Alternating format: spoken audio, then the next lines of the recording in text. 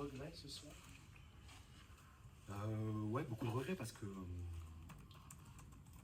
a vendangé un petit peu. On a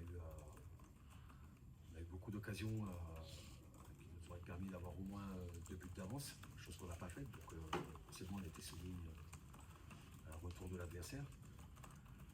Mais dans l'ensemble, ça reste, même si voilà, on a subi, on est descendu un peu trop bas en deuxième mi-temps le bloc alors que c'était pas prévu.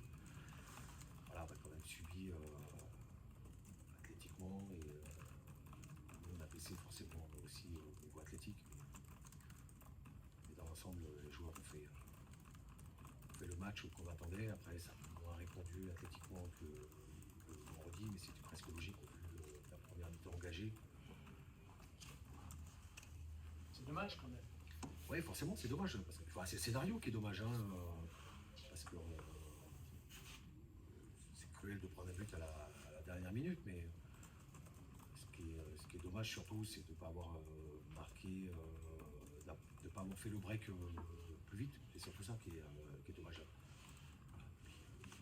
Puis depuis qu'on prend ces 2 erreurs, donc ça c'est difficile. Mais bon, vous enchaînez les points, on va dire, depuis quelques matchs. Donc c'est bon signe ça. Oui, c'est bien de prendre des. Il faut continuer à avancer, même si ce soir il y a beaucoup de frustration, mais ça reste en tous les cas dans l'esprit de ce que je veux. En tous les cas, l'équipe répond bien, en tous les cas, elle défend en avançant.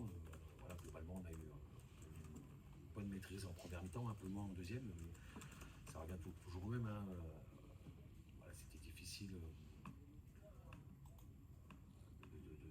remettre du 109 par rapport à la performance de vendredi. Et puis avec tous les blessés qu'on a, forcément, c'est compliqué de pouvoir faire souffler les joueurs. Et il fallait garder cette dynamique, en tous les cas, pour enchaîner. Et puis ça fait du bien de jouer aussi une 3e fois avec un